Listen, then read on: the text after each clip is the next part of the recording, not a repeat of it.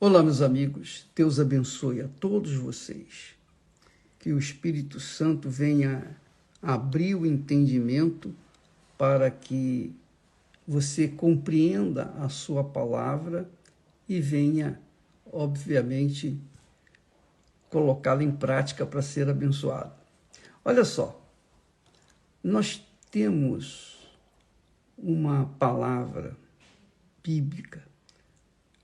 O Senhor Jesus, quando foi abordado por um pai que estava aflito pelo seu filho, que era endemoniado e era mudo, então o pai disse: Senhor, ajuda-nos, tem compaixão de nós. E Jesus lhe disse: se tu podes crer, tudo é possível ao que crê. A gente sabe disso, todo mundo sabe disso, né? Tudo é possível ao que crê. A gente sabe que todas as coisas são possíveis para Deus. Não há nada impossível para Ele. Mas nós sabemos também, segundo o Senhor Jesus, que aquele que crê, também para o que crê, é possível. E nós temos visto que há muitas distorções, muitas confusões com respeito a esse crer, a esse verbo crer, que Jesus fala: se tu podes crer, tudo é possível ao que crê. Nós temos lá em Atos dos Apóstolos, quando o apóstolo disse para os carcereiros que tinham no prendido, ele disse, os carcereiros se converteu e disse: vai, porque a tua fé te salvou. Vai, se você crer, você será salvo, tu e a sua família. Crê no Senhor Jesus e será salvo, tu e a tua casa, a tua família. Mas na prática a gente tem visto que nem sempre a família tem sido salva. Alguns familiares ficam à deriva. Mas por que isso na prática não acontece? Por que a família não é de verdade toda convertida? Então, nós vamos ver o seguinte, que o verbo crer, para que tudo seja possível, tem que se crer. Mas que crer é esse? Esse verbo, quando foi escrito no original grego, ele não é adequada, não tem uma tradução adequada para algumas línguas, como, por exemplo, para o português. Nós vemos aqui na nossa Bíblia que temos a interpretação, fala de interpretação, ela diz assim: o original grego não possui uma tradução adequada para algumas línguas. No caso do português, por exemplo, se assemelha ao verbo acreditar. Crer e acreditar se confundem no original grego. No caso, no inglês, não. No inglês é believe. Então, believe é acreditar ou crer. Mas, do ponto de vista espiritual, nós temos visto que tem acontecido muitas confusões, distorções com respeito ao verbo crer. Porque, às vezes, a pessoa diz: eu creio, mas não recebeu o Espírito Santo, por exemplo. Né? Eu creio, eu criei. Por que eu não recebi o Espírito Santo? Por exemplo. Eu criei, mas por que eu não fui curado? Porque o crer não é acreditar. Às vezes a pessoa acredita pensando que crê. E isso não funciona. Porque eu costumo ensinar o seguinte: acreditar significa você ficar enamorado de uma pessoa, afeiçoado a uma pessoa. Mas crer, quando você crê numa pessoa, a pessoa se lança, ela se entrega àquela pessoa que ela ama, que ela crê que ela ama. Então, ela casa, ela assume a outra pessoa. Um assume o outro. E os dois vivem felizes para sempre. Ora, pensa bem no que diz respeito à fé. Você diz que crê no Senhor Jesus, mas a sua vida é uma lástima, é um fracasso, é uma vergonha. E você leva essa crença, você tem levado essa crença ao longo de toda a sua vida, mas a sua vida continua uma lástima. Você sabe disso.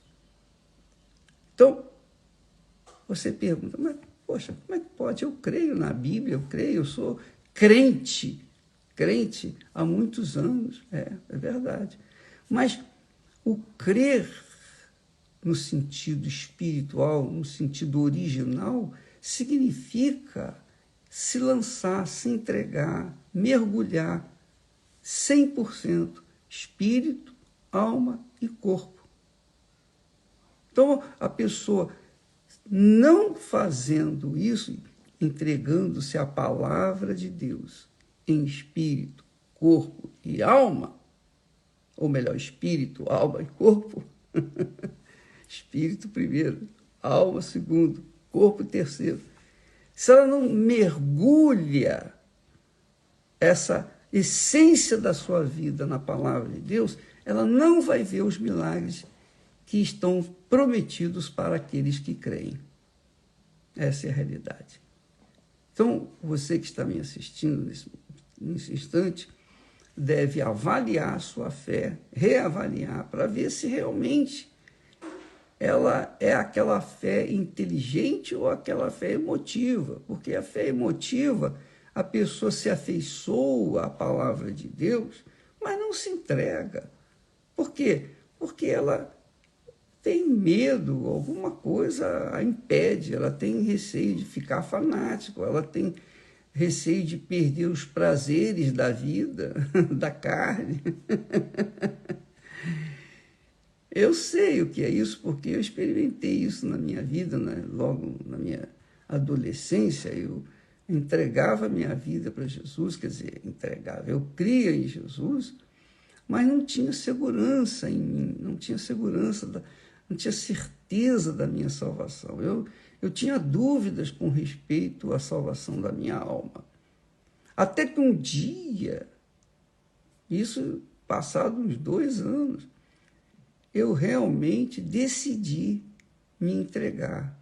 Eu decidi abrir mão da minha própria vida, dos meus próprios desejos, das minhas concupiscências, dos meus, enfim, achismos, abri mão da minha alma e entreguei 100% ao Senhor Jesus. E aí aconteceu de eu ter, naquele dia, eu ter sido salvo, ele me converteu, ou melhor, ele me convenceu, o Espírito Santo me convenceu, eu me converti, e a partir dali eu recebi o Espírito Santo mesmo. Na mesma hora, aconteceu tudo naquele instante. Então, essa foi a crença. Essa é a crença de que diz o texto sagrado. Quem crê será salvo. Quem crê em mim será salvo. Se você crê, tudo é possível àquele que crê. Então, essa crença aí envolve uma entrega total.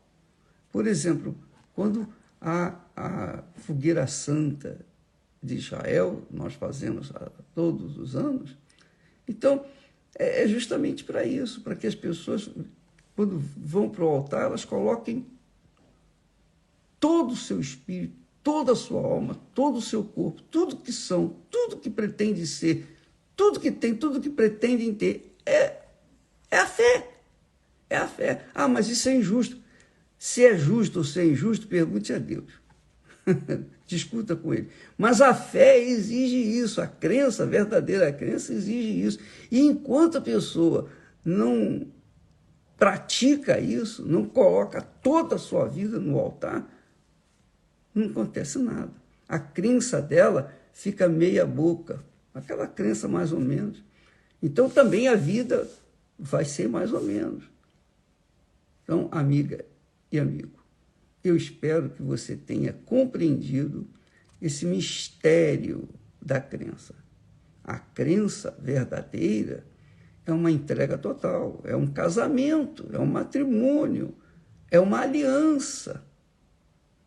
E enquanto não houver esse tipo de crença, a pessoa continua vivendo no pecado, porque ela só é liberta do pecado, ela só é livre, a sua alma só é livre quando ela se lança, se rende, ou mergulha na palavra de Deus, na prática, não na teoria.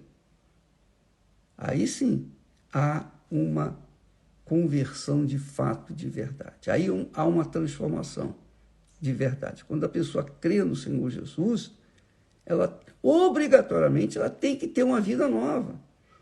Obrigatoriamente ela tem que ter o Espírito Santo. Você não precisa fazer jejum de Daniel para receber o Espírito Santo.